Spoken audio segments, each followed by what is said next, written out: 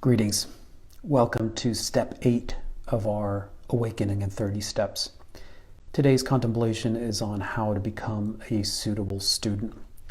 Before I proceed, I want to thank you for some of your reflections. In the last post, I had asked you what might be at play or what are the reasons that make it really difficult for so many of us to proceed with anything more than 3 steps or 3 reflections. And what is it about social media and technology and our culture at large that makes it really difficult to really commit to a more enduring course of study? And also, what is it about you that allows you to really go for the long haul? And I was really impressed and pleased with the responses. They really helped me sort of frame my reflections, and I wanted to share some of them with you. I think we all want to connect and feel that social media is a viable option. I think we have to start with that premise that we're social mammals, social creatures. We're in lockdown. We want to connect with other people. But I think we're also finding, and many of us are feeling disillusioned and in a way not sure if we want to participate this way. And sort of stuck between wanting to connect and then feeling like the connections are very superficial. And so then that creates a lot of judgment about what it is that we find on social media. If we look this way and look that way, there's a lot of potential for judgment, what other people are doing, why they do it. But one of the helpful things that I came across for the post was just to put it in an evolutionary perspective. And we all want to be liked. Okay, we have to admit that. We all want to fit in. We all want to measure up. None of us wants to be rejected. And this is a very strong evolutionary instinct. It comes from a sort of tribalism that if we didn't fit in, we might die. So I think we have to step off the accelerator with our judgment a little bit and just remember that as social creatures, fitting in is so important.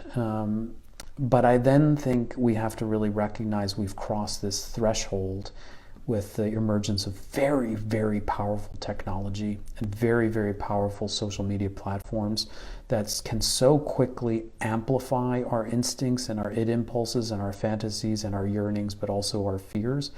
And then I think we also have to be very clear that the powers that be, the marketers, the consumer agenda, what's called the attention economy, we're guinea pigs. And people know since the time of the origins of modern marketing and commercial campaigns that Freud's cousin, I think it was very key and instrumental in developing the tactics because they knew how to stir up our fantasies. They knew how to stir up our id impulses and our need for gratification and validation. And they co-opted that to buy us shit we don't need. And so I think, and this is true for social media as it is for news media, those channels are fear channels, and that they profit from us being afraid. They profit from us yearning. They profit from us being competitive with each other. And they profit from us feeling insignificant and insecure. So I think we have to be extremely careful, very, very delicate. We have to be compassionate to ourselves, but we also have to be and have a strong amount of analytic capacity to cut through what's really happening. So I think where I left with the last contemplation was, let's keep trying to observe our behavior. Why it is we post. Are we feeling empty? Do we want to just fill the space? Some of you really were very key and in agreement that a lot of us are distracting ourselves. What are we distracting from? What are we distracting to?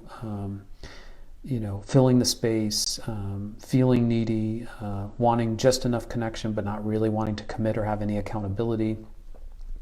So let's just observe. Keep observing our motivation for posting. Keep observing our motivation for use. Keep observing how we interact with each other. Is there a quid pro quo? Do we want to give to get? Do we want to give a like to receive a like? All that stuff is really, really potent an arena for our observation. And then also continue to observe how you feel after posting. What's your post what your posting meditation is like after use of social media. And then one thing I'd like to continue asking you is if you have any reflections or recommendations about how to make it more virtuous, how to make it more mindful, how to make the experience more worthwhile. We want to connect, but then we're having trouble connecting. Do you have any suggestions for how we can actually connect in a worthwhile way without getting hijacked by the powerful algorithms and momentum of the collective on these platforms? And maybe it's just not possible. Maybe we're going to find in the next year or two that we don't want to be on these devices or these platforms. That may be true. Okay, point 8, step 8 today is how to become a suitable student. Okay, and it's very much related to the previous step 7, which was about how to find a qualified mentor. They work together, as I had mentioned in a previous post. We really need to find a middle way. We can't expect the mentor to do it for us. On the other hand, we can't do it alone. So think about that. We can't expect anyone to do it for us. What's it? Travel to enlightenment, or gradually awaken. We can't expect someone to awaken for us. On the other hand, we can't awaken alone. So there needs to be a middle way. We have to find and rely on people who are qualified. That's step 7. But we also need to be well prepared ourselves as the student. That's the present step, step 8. So in the texts, they like to, I think it is in Lama Tsongkhapa's Great Stages, Treatise on the Great Stages of the Path, the Lamrim Chenmo, he discusses the 3 problems of the pot. If you want to update the language, it's the 3 problems of the cup. What are the 3 problems of the cup? This is the analogy for us to be reflective and know what to avoid in order to prepare to be a worthy student, suitable student. The 3 problems of the cup are a cup that's too full, a cup that's leaky, and a cup that's filled with shit.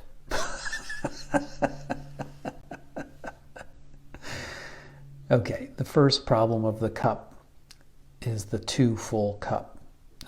This is a way of saying, please be open-minded. A student needs to be open-minded. If you get to a teaching and you've read Gradual Awakening or some other Lamrim book and you've done the Lamrim once, and then you think you know everything and you think you know it all, you're in trouble. Now, you're not going to be a receptive container for any new information. I love that analogy of you can never step into a river you can never step into the same river twice. You can never study the Lamrim the same way twice. Every time you do it, every time you take in teaching of the Four Noble Truths, you get something new out of it because you're changing and the teaching is adapting as it goes. And I remember very keenly seeing at a Dalai Lama teaching that one of my other teachers, Lama Zopa Rinpoche, who is very, very well evolved, you could say. He has all the 10 qualities of the teacher for sure. But there he was, switching roles, not the teacher, now the student under His Holiness the Dalai Lama, taking notes.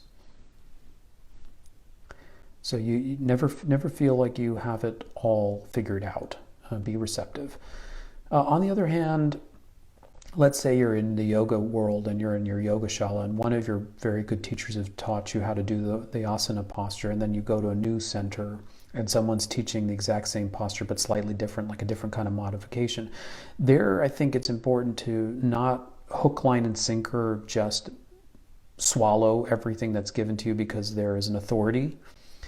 You have to do a kind of middle way analysis, like trust your gut, be curious, remain open, try and test what's been given, but then always do a double check between what the teacher is telling you and what your intuition is telling you.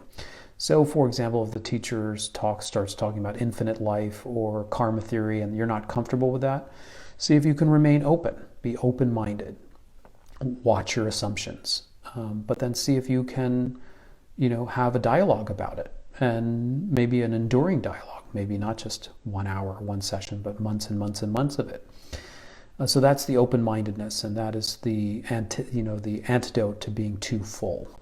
The second one is to not be a leaky cup. Okay, don't let the teachings go in one ear and out the other. Okay, and the way that I like to describe this is to be very determined, very earnest. I don't have personally any of the 10 qualities of the teacher, but I do have this quality. I can say that much about myself. As long as I've been on the path, and since I met some of the great teachers in my early 20s, I have been a very earnest student. And the reason is I had always valued the teaching. I found that the Dharma was so powerful, and it was exactly what I needed. It was like medicine, and I wasn't going to let it slip through the cracks or slip through the net. And so I would stay the extra hour. I would go the extra mile. I would read the extra pages, the footnotes. I would, back in the day, I remember I was studying with Bob Thurman and Joe Luizzo, and this was while we still had audio cassettes. So I would go through the audio teachings, not just once, not just twice, sometimes 3 times. And when I was at Kopan with Lama Zopa Rinpoche, sometimes Lama Zopa Rinpoche would teach for 4 hours at a time. I would write copious notes. Well, I'd spend days unpacking the notes. This is an example of determination. And it really comes from understanding where one's priorities is, and how one sees the teachings and is not willing to let even a nugget of it escape you. And the third type of problem with the pot is the contaminated pot, the one that's filled with shit. So don't be filled with your own shit. What does that mean? It has to do with having a good motivation. Okay, the world at large is a place of competition. We are assailed by having to succeed and gain numbers and fame and followers and be successful and avoid blame and avoid just being discredited. And the motivations are called the 8 worldly winds. They have to do with earning pleasure and fame and fortune, and they're not dharmic motivations, really. When it comes to the Dharma, when it comes to studying this stuff, we have to be very, very clear. And we have to revisit the 3 types of acceptable or encouraged motivations. True well-being based on virtue, number 1. Number 2, liberation based on renunciation, number 2. Number 3,